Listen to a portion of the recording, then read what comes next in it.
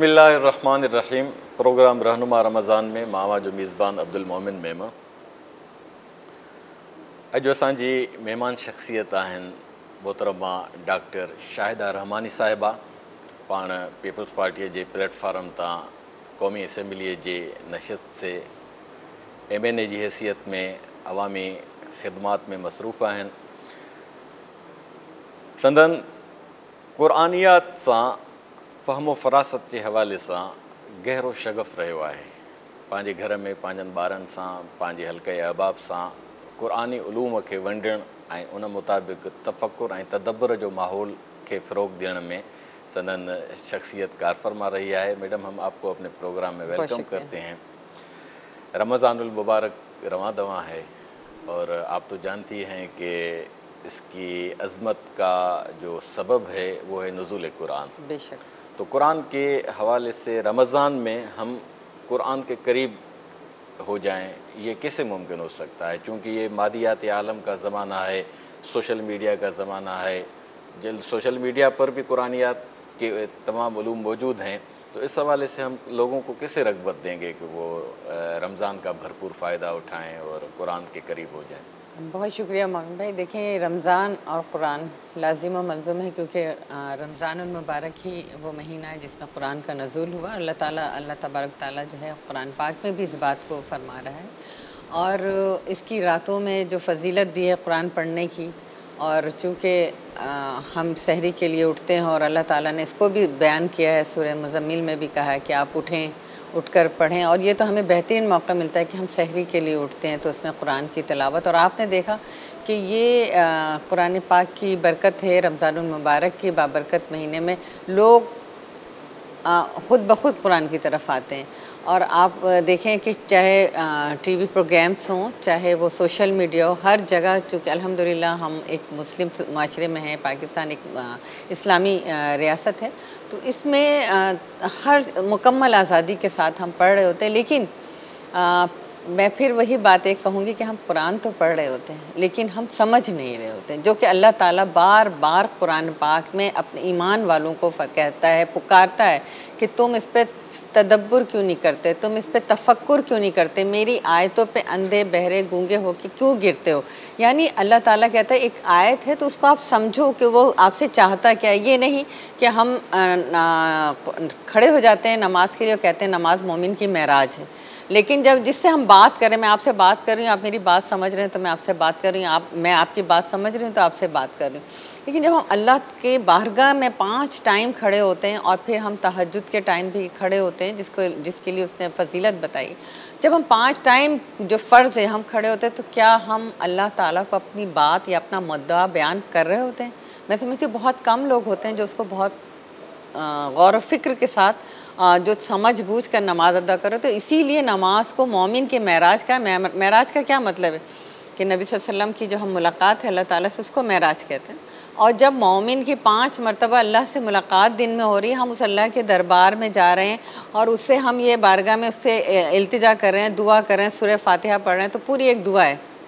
तमाम जहानों का मालिक है, तमाम तारीफ़ें अल्लाह ताला के लिए, रहमान है, रहीम है, यौम जज़ा का मालिक है, जजमेंट ऑफ डे का मालिक है। फिर हम कहते हैं अल्लाह में हम तुझी से मदद मांगते हैं और तेरी ही इबादत कर दे, तू हमें सीधा रास्ते चला, उस रास्ते पे जिस पे तेरा इनाम नाजिल हुआ, ना कि उस पे तेरा गज़ब नाजिल हुआ। वो पूरी हम दुआ कर रहे हैं। लेकिन जब हम एक रट्टा लगा के जिसे पढ़ते हैं ना, अगर हम सिर्फ सोच समझ के आज से हम ये अहद कर लें कि हम जब कुरान पढ़ें तो उसकी एक एक आयत को हम जो पढ़ रहे हैं उसको समझें कि ये है क्या। जिस तरह हम इंग्लिश पढ़ते हैं, इंग्लिश सीखते हैं या कोई और लैंग्वेज सीखते हैं, तो उसका हम जानना चाहते हैं ना कि चाहता क्या है या कह क्या रहा है। अगर आपको थोड़ी देर में कोई बात नहीं समझ में आएगी, आप छोड़ देंगे। लेकिन जब आप एक चीज़ बिल्कुल आपको ये पता है ये हमारे लिए बाइस सवाब भी है, बाइस निजात भी है, लेकिन वो उस सूरत में जब आप उसको समझे, अल्लाह ताला चाहता क्या, कुरान बनी नो इंसान के लिए जो हिदायत का चश्मा है हम कहते हैं। लेकिन जब कुरान को हम कब पढ़ते हैं, जैसे सूरह बकरा में पूरी ज़िंदगी गुजारने के आपने असूल बयान किए, लेकिन बदकिस्मती से हम क्या करते हैं, जब एक शख्स दुनिया से जाता है तो वहाँ बैठ के हम सूरह बकरा पढ़ रहे, हमें रसूम और रिवाज से निकल, यानी कुरान जो ज़िंदा लोगों का किताब है, हाँ, हमको बिल्कुल। हमने मेरा उसको कहने का मकसद है कि मुर्दा लोगों की हम किताब उसको बना जो दिया। अल्लाह हमसे ज़िंदगी में चाहता है कि उन आयात पर हम अमल करें जो उसने नाजिल किए। वो ये कुरान अमल के लिए नाजिल किया गया। अगर हम उस आयात को पढ़ें, समझें तो उस पर अमल करेंगे, वरना बहुत सारी फरसुदा रवायात को हमने अपने दीन का हिस्सा बना लिया। आपने इय्याका नअबुद व इय्याका नस्तईन की बात फरमाई। उसमें ये है कि ये एक मुआहदा है अल्लाह और बंदे के दरमियान कि हम तेरी ही इबादत करेंगे। बेशक। और अब्दियत के माना ये होते हैं कि जो अहकामात हैं वो फितरत की नहज के मुताबिक हैं। अब उन अहकामात के मुताबिक हम समाज की तश्कील भी करेंगे। बेशक। क्योंकि फ़र्द से इनफरादियत से इज्तिमाइयत का दर्स मिलता है ना। इस्लाम तो इस पर इज्तिमाइयत आप का, क्या फरमाएंगी? देखिए इस्लाम तो है ही इज्तिमाइयत के लिए। यानी एक बच्चा जब पैदा होता है तो उसको अपना हाथ पाँव हिलाने के अलावा कुछ नहीं कर सकता, तो वो उसकी परवरिश की जो जिम्मेदारी है अल्लाह ताला ने उसको पाबंद नहीं किया, लेकिन माँ बाप के दिल में मोहब्बत डाली, वो उसकी परवरिश करता है। और फिर वो एक आपने देखा बच्चे फैमिली, अल्लाह ताला ने कुरान में भी ये फरमाया कि हमने तुम्हें ख़ानदान वाला बनाया। ये भी, और ये भी फरमाया कि जब हम तुम्हें बेटियाँ देते हैं तो तुम्हारे मुंह बन जाते हैं, लेकिन जब बेटे की खुशखबरी देते हैं तो तुम्हारी, यानी ये जब हमें मालूम होगा कुरान की किस आयत में, जब हम उसको सोच समझ के पढ़ेंगे तो इज्तिमाइयत की बात अल्लाह ताला करता है कि माशरे की बात करता है, सोसाइटी की करता है, ख़ानदान की करता है।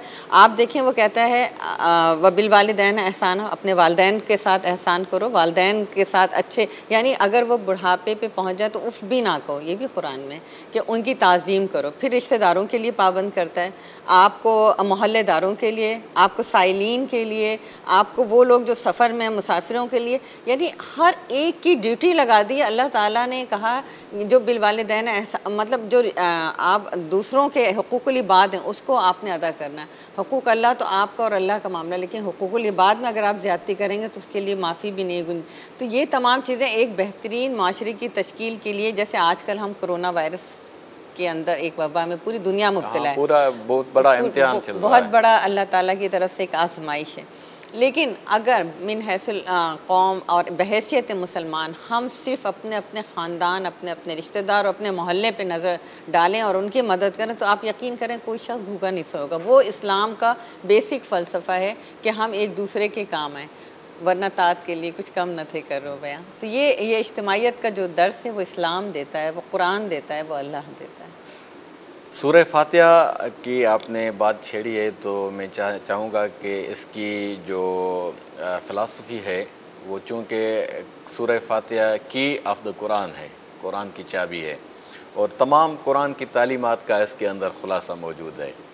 अल्हम्दुलिल्लाह रब्बिल आलमीन, हदीस में भी फरमाया गया है कि जब कोई बंदा नमाज में खड़ा हो जाता है और वो कहता है अल्हम्दुलिल्लाह रब्बिल आलमीन, तो अल्लाह ताला फ़रिश्तों को मुखातिब करके फ़रमाता है हमिदनी अब्दी, मेरे बंदे ने मेरी सना की। जब बंदा कहता है कि रब्बिल आलमीन अर्रहमान अर्रहीम, अल्लाह ताला फ़रिश्तों को फ़रमाता है मज्जदनी अब्दी, मेरे बंदे ने मेरी बुज़ुर्गी बयान की। फिर जब बंदा कहता है मालिकी यौमिद्दीन, तो अल्लाह ताला फ़रमाता है सॉरी असना अलैहि अब्दी, फिर है मज्जदनी अब्दी। तो इस हवाले से सूरह फातिहा में जो ज़िक्र है तमाम जहानों की मखलूक़ात और कौमों का पालने वाला है अल्लाह। बेशक। तो उस पालनहारी के निज़ाम से जो हमारे निज़ाम की वाबस्तगी है, जिस तरह अल्लाह ताला ने बेतहाशा अपनी नेमतें इनायत फरमाई हैं, उन नेमतों का हम धरती पर इक्तनाज़ करते हैं, ज़ख़ीरा अंदोज़ी करते हैं, फिर लोगों की ज़िंदगी जो है मुश्किल बनती जा रही है। इससे हम नमाज और रोज़े के तवस्सुत से इज्तिमाइयत के हवाले से क्या सबक लेंगे? देखिए अल्लाह ताला सूरह निसा में भी फरमाता है कि नाप तोल में कमी ना करो, और वहाँ तो पूरा हर चीज़ के लिए ये निज़ाम जो चल रहा है कायनात का, उसमें जो कुरान है उसने तमाम चीज़ों को समोया हुआ है। उसमें एक तरफ कहा गया कि नाप तोल में कमी ना करो, ज़ख़ीरा अंदोज़ी से भी मना किया, कंजूसी से भी मना किया, अल्लाह की राह में ख़र्च करने को भी कहा है।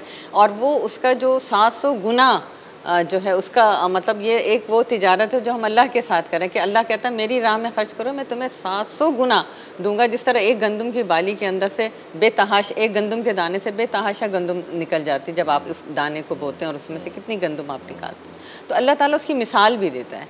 तो ये जो वो चीज़ है जो अल्लाह ताला खोल खोल कर बयान कर रहा है, एक बेहतरीन माशरे की तश्कील के लिए, एक मुस्लिम माशरे की तश्कील के लिए, कि आप किसी के साथ ज़्यादती नहीं करेंगे, किसी का यतीमों का माल ना खाओ, किसी ख़वातीन के साथ ज़्यादती ना करो। हद तक ये भी कहा कि ज़बरदस्ती किसी के वारिस ना बनो औरत के हवाले से।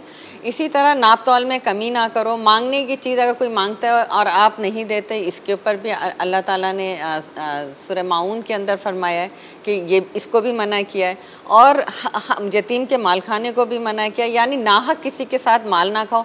अगर हम कोई किसी के साथ एग्रीमेंट करते हैं, गिव एंड टेक करते हैं, किसी का कर्ज का हिसाब किताब होता है या बिज़नेस का होता है, तो अल्लाह ताला बाकायदा कहता है कि आप उसको लिख कर करो। हम उठाते हैं, कोई हमारे पास आता है, हम कहते हैं वो हमसे कर्ज मांगता है, हम उसे उठा के दे देते हैं, फिर आप देखें बाद में फसाद होता है क्योंकि वो नहीं देता। लेकिन अगर एक चीज़ हम लिख कर दे देते हैं और उस पर गवाह उसकी तरफ से भी हो जाता है और हमारी तरफ से भी आ जाता है, तो उस पैसे को लेने में आपको वापसी में आसानी होगी या बिज़नेस करने में आसानी होगी, जिस तरह आजकल होता है।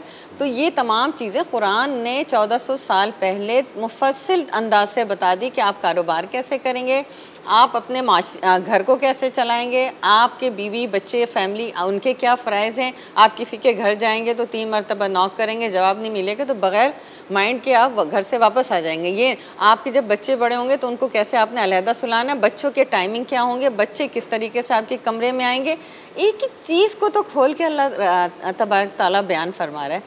हम क्यों दुनिया में इधर उधर तलाश करते हैं, किसी और के उसमें जाते हैं कि जी फ़ला जगह की बहुत अच्छी रवायात है। हमारे पास तमाम तर तहज़ीब, रवायात, हर चीज़ कुरान ने दी है, तालीम, लेकिन हम उस पर बदकिस्मती से कि रट्टा लगाते हैं। हमने इतने कुरान पढ़ लिए, 4 पढ़ लिए, 5 पढ़ लिए, 6 पढ़ लिए, पूरी रात में आप 10-10, 15-15, 20-20 पढ़ें। लेकिन एक बात बता दें, हो सकता है मेरी बात किसी को अच्छी, लेकिन क्या वो समझ के पढ़ रहे हैं?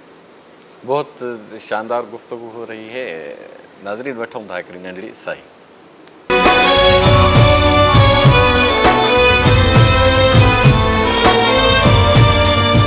वेलकम बैक नाज़रीन। तो मैडम, आपने फरमाया कि कुरान जो है पूरी ज़िंदगी का एक बाज़ाब्ता निज़ाम दे रहा है आलम इंसानियत को, चूँकि वो हुदल लिन्नास है। मुसलमानों की तहज़ीब की भी उसमें बात है, अक़दार हैं, मौजूद हैं, एक शानदार तारीख़ है उसके अंदर। फ़ितरत की नहज के मुताबिक, फ़ितरत से हम आहंग होकर हम जब ज़िंदगी गुजारेंगे तो उसमें ख़वातीन जो हैं सोसाइटी का एक पूरा आधा हिस्सा है। यानी एक 2 पहिए पर जैसे गाड़ी चलती है, इस तरह मर्दों और औरत के तवस्सुत से ही ज़िंदगी की गाड़ी को चलाना मुमकिन है। कुरान पाक ने ख़वातीन पर जो बातें की हैं उस हवाले से आप हमें बताएं। मैं तो समझती हूँ कि सबसे बड़ा एज़ाज़ ख़वातीन को ये हासिल है कि एक पूरी सूरह निसा वो ख़वातीन के नाम कर दी गई और तमाम तर हकूक़ जो हैं उसमें खोल कर, और जो उसकी स्टार्टिंग जो आयत है, अल्लाह ताला ने कहा कि हमने तुमको पैदा किया, मर्द और औरत बनाए। तो यानी वहाँ साथ साथ रखा, किसी औरत को अलग नहीं किया या मर्द को अलग नहीं किया, दोनों को एक साथ किया। तो अब इसमें जो हम तफरीक करते हैं कि जी मर्द और औरत का दर्जा बढ़ा है, वहाँ पे अल्लाह ताला ने ये नहीं कहा कि कौन बढ़ा है, हाँ दोनों को साथ बनाए, दोनों के बग़ैर ये कायनात नामुमकिन है। ठीक है। उसके बाद उनके हकूक़, अल्लाह ताला ने एक एक हक़ जो है औरत के ज़बरदस्ती वारिस नहीं बना। अगर तुम्हारा निकाह हो गया है और रुखसती से पहले तलाक़ दे दी तो जो कुछ तुमने उसको दिया है महर का आधा हिस्सा दो, और अगर चाहो तो पूरा भी दे दो। वहाँ ये भी पाबंद कर दी। फिर बहुत सारे लोग उसमें कोट करते हैं कि जी अल्लाह ताला ने 4 शादियों की इजाज़त दी। आगे की आयत नहीं कोट करते हैं कि अल्लाह ताला कहता है तुम 1, 2, 3, 4 शादी कर सकते हो, लेकिन मुझे ये पता है कि तुम इंसाफ नहीं कर सकोगे, जो कि हमारे माशरे में कि इंसाफ कोई नहीं करता। फिर कहा कि तुम एक ही पे इक्तिफ़ा कर लो। उस आयत को कोई खोल के नहीं बताता, हालांकि बिल्कुल आया है, ओपन है हर चीज़। कुरान जब हम पढ़ते हैं, उस आयत में जाते हैं, तो जब खुलता है, जब हम उसको गौर व फिक्र के साथ पढ़ते हैं तो एक एक आयत खुलती जाती है।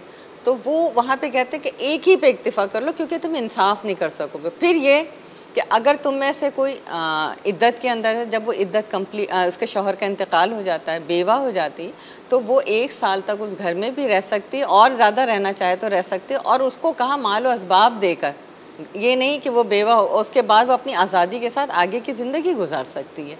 ये उसको पाबंद नहीं किया कि बस अब वो उसी घर में रहेगी, उन्हीं बच्चों के साथ रहेगी, आगे शादी नहीं कर सकती, जो हमारे माशरती रसूम और रवाज के अंदर शामिल हो गया है। वो हम हिंदू कल्चर में रहे, अब हम कहते हैं कि अगर कोई बेवा औरत शादी कर ले तो वो तो बहुत बड़ा गुनाह समझा जाता है। इसी तरह कोई मुतालिका कर ले तो औरत के लिए दूसरी शादी तो एक ऐब के तौर पे गर्दानी जाती, जो कि इस्लामिक माशरे में इसको अच्छा नहीं समझा गया। इसमें यह कहा गया कि उसकी जल्द अज जल्द शादी अगर कर दी जाए, जो अहादीस में भी मिलता है, वो ज़्यादा मुक़द्दम है अगर मुतालिका है। बल्कि खुद सैयदा खदीजा रज़ी अल्लाह अन्हा अपने हमारे नबी हज़रत मोहम्मद सल्लल्लाहु अलैहि वसल्लम की जो पहली शादी, आप ये देखें कि उनकी एज 25 ईयर थी। हज़रत उम्मे खदीजा कुबरा रज़ी अल्लाह ताला अन्हा 40 ईयर्स की थी, और वो एक बिज़नेस वूमेन थी। आपने उनको पसंद किया, रिश्ता भेजा और शादी हुई, और एक विडो थी। तो ये सब एग्जाम्पल्स हमारे लिए दे के गए नबी सल्लल्लाहु अलैहि वसल्लम की जो हयात मुबारका है। तो वो कुरान से बिल्कुल कुरान के साथ मिलती मुमाथिलत है, क्योंकि वो कुरान आपकी अमली जो आपकी ज़िंदगी वो अमली तफसीर की शक्ल में पेश करता है। और बहुत सारी चीज़ें ऐसी हैं, ख़वातीन के विरासत के हकूक़, ख़वातीन की तमाम चीज़ें तो कुरान में अल्लाह तबारक ताला ने बयान फरमाई है। तो मैं ये समझती हूँ कि ये, क्योंकि एक तरफ जब ये एक ऑब्जेक्शन और भी होती है कि जी कुरान पाक में तो औरत को जो हिस्सा है विरासत का वो आधा मिलता है, मर्द को मर्द से आधा मिलता है, जो बेटा है या उससे हाँ। आप ये देखें कि वो बीवी की शक्ल में भी अपना हिस्सा ले रही है, फिर वो बेटी की शक्ल में भी ले रही है, वो बहन की शक्ल में भी ले रही है, वो माँ की शक्ल में भी अपना। तो वो सारी चीज़ों को अल्लाह ताला जो इस दुनिया को जिसने बनाया है, वो तमाम हिसाब किताब किसी के साथ ज़्यादती नहीं होने देता। तो औरत के तो जितने हक़ कुरान ने और अल्लाह ताला ने दिए, मैं समझती किसी मज़हब में उसकी मिसाल नहीं मिलती। इस हवाले से ख़वातीन को जो हमारे समाज में एहसास कमतरी का एहसास दिलाया गया है कि आपकी हैसियत जो है वो मुआशरती तश्कील में कोई अहमियत नहीं रखती, चूँकि आप माज़अल्लाह कम अकल हैं और टेढ़ी पासीरी से आपको तख्लीक किया गया है। ये जो मफरूज़ात हैं इसके मुतालिक आप क्या कहेंगे? देखिए ये मफरूज़ात हैं, और ये जो हैं मुख्तलिफ़ क्रिश्चियंस की और यहूदियों की किताबों से लिए गए हैं। आप देख लें बाइबल वगैरह की जो बुक्स हैं उसमें ये लिखा है औरत को हमने टेढ़ी पसली से पैदा किया। कुरान में कहीं नहीं लिखा कि औरत को टेढ़ी पसली से पैदा किया है या औरत कम अकल है। वहाँ पर तो ये किसी को भी कम अकल नहीं करार दिया। ये जो भी तकवा है वो अपने तकवे के बुनियाद पे फजीलत दी गई है, जो हज़रत सल्लम के आखिरी खुतबे के अंदर भी है कि तकवे में आपने देखा कि ख़वातीन से ही पैगंबर पैदा हुए, ख़वातीन और माँ के पाँव के नीचे जन्नत करार दे दिया। तो एहसास से कमतरी मैं नहीं समझती। आपने देखा इसी मुल्क की वज़ीर आज़म मोहतरमा बेनज़ीर भुट्टो बनी, हालांकि उनके 2 भाई थे, उनको भी वो भी आ सकते थे पॉलिटिक्स में, आए, लेकिन वो उस तरह कामयाब नहीं हुए कि यहाँ जिस तरह कुरान में कि जो जितनी कोशिश करता है उसका उतना ही उतना ही उसको मिलता है। तो जो औरत, अगर औरत के अंदर किसी चीज़ की कमी नहीं है, मर्द के मुकम्मल बराबर उसको अक्ल भी दी है, शऊर भी दिया है, और आपने देखा कि ख़वातीन ने हुक्मरानी भी की और जिन जिन शोबों में काम कर रही है मैं समझती हूँ कि बहुत बेहतर। आप एक घरदारी की तजर्बा भी रखती हैं और समाज की एक अहम हैसियत भी की हामिल भी हैं, तो आप क्या समझती हैं कि बैक वक्त आप सियासियात में, समाजियात में और मईशत व मुआशरत में भी अपना फ़ाल किरदार अदा कर रही हैं। घरेलू ज़िंदगी से जब एक ख़ातून बाहर कदम रखती है और उसको मुख्तलिफ़, हमारी सोसाइटी भी चूँकि गुलामाना है और सरमाएदाराना डगर पर चल रही है, जहाँ पर जुल्म करना कोई मसला नहीं और जहाँ पर जगह जगह पर स्पीड ब्रेकर्स सामने आते हैं, ख़ास तौर पर ख़वातीन के सामने। तो इस चीज़ को आप बहैसियत फ़र्द यानी बज़ात ख़ुद आप कैसे देखती हैं और झेलती हैं? देखिए जिस सोसाइटी में, जिस माशरे में हम रहते हैं, मैंने आपसे कहा कि हम हिंदू कल्चर के बहुत करीब थे, चूँकि पार्टीशन से पहले हम साथ ही थे, और आज भी हिंदुस्तान में बहुत सारी रसूम और रवाज जो हैं वो हमारे पाकिस्तान में भी वहीं से आई हैं। तो ये वो चीज़ें हैं जिसको मैंने आप स्टार्टिंग में कहा था कि हमारे दीन का हिस्सा बना दिया गया। फॉर एग्ज़ाम्पल बेवा की शादी करना, मुतालिका की शादी करना, या ख़वातीन को घरों से निकलना। अब मैं समझती हूँ कि ख़ातून जो होती है, एक ख़ातून वो बेहतरीन माहिर माशियात भी होती है, बेहतरीन माहिर समाजियात भी होती है, क्योंकि वो अपने घर का पूरा हिसाब किताब, जितनी भी तनख्वाह उसका शौहर ला के देता है या वो खुद उसमें हिस्सेदार होती है, वो लेके चलती। समाजियात रिश्तों को वही जोड़ती है। आप भी एक मर्द हैं, आपको पता होगा कि अगर आपकी वाइफ कहीं कहती हैं या आपकी वालदा या बहन, तो वो आप उन्हीं रिश्तेदारों में वो जाती हैं, आती हैं, और बहुत कम आपका जाना होता होगा कोई ख़ास मौके पे। वो रिश्ते जो जोड़ती है वो खातून जोड़ती है। इसे माहिर मैं नफ्सियात, वो बच्चे की एक नफ्सियात को समझती है, शौहर की समझती है, अपने घर वालों की समझती है, उसके मुताबिक वो चीज़ें भी बना रही होती हैं, उनके मुताबिक वो हर चीज़ की प्रिपरेशन तैयारियां करती है। बच्चे को कब किस चीज़ की ज़रूरत है, बच्चा रात को क्यों रो रहा है, किसी तकलीफ़ से रो रहा है, उसको खाना चाहिए, ये तमाम एक औरत समझती है। इसी तरह जब वो घर को अमूर ख़ानादारी आप मर्द नहीं चला सकता, चाहे वो वर्किंग वीमेन है, मैं एक वर्किंग वीमेन हूँ, लेकिन मुझे सबसे ज़्यादा फ़िक्र अपने घर की होती है कि मैं घर की हर चीज़ को मैनेज करना, कुकिंग से लेके एक एक चीज़ को मैनेज करना, ये एक औरत ही कर सकती है, मर्द नहीं कर सकता। अगर वो जॉब से आता है, वो थक जाता है, वो रेस्ट करता है, लेकिन औरत जब जॉब करती है तो घर आती तो पहले अपना किचन देखती है, फिर वो ये देखती है कि क्या पकाना है, क्या करना है, घर में किस चीज़ की कमी है। तो ये सारी खूबियाँ अल्लाह ताला ने औरत को नवाजा। औरत के बग़ैर कायनात जो है नामुकम्मल है।